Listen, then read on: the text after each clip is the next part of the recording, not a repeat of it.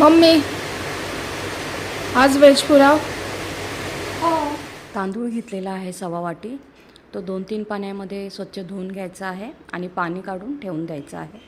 इथे बघा कांदा घेतलेला आहे, तो आपल्याला उभा चिरून घ्यायचा आहे. त्याचबरोबर ज्या घरामध्ये भाज्या होत्या त्या घेतलेल्या आहेत.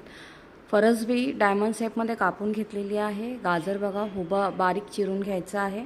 थोडेसे काजू घेतलेले आहेत, काजूचे पण 2 भाग करून घ्यायचे आहेत. अख्खा गरम मसाला घ्यायचा आहे व्हिडिओमध्ये दाखवल्याप्रमाणे बघा.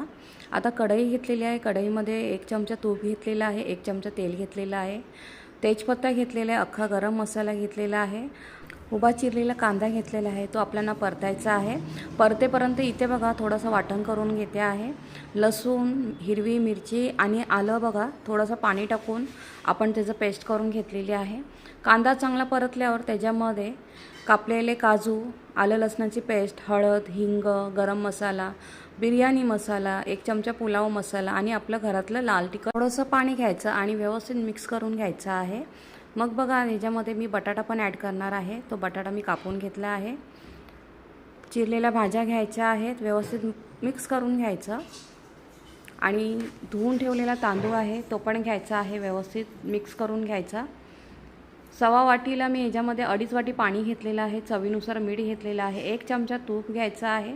व्यवस्थित मिक्स करून ह्याच्यामध्ये मी आता कस्तुरी मेथी ॲड करते.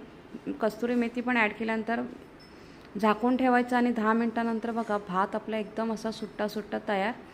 आणि बासमती तांदूळ असल्यामुळे ना एकदम भात छान होतो आणि कमी भाज्यांमध्ये मस्त असा व्हेज पुलाव तयार होतो. तर बघा आता होत्या त्या भाज्यांमध्ये मी छान असा व्हेज पुलाव तयार केलेला आहे. तर तुम्हाला कशी वाटली रेसिपी मला नक्की कमेंट करून सांगा आणि व्हिडिओ पूर्ण बघा. व्हेज पुलाव तयार. थँक्यू.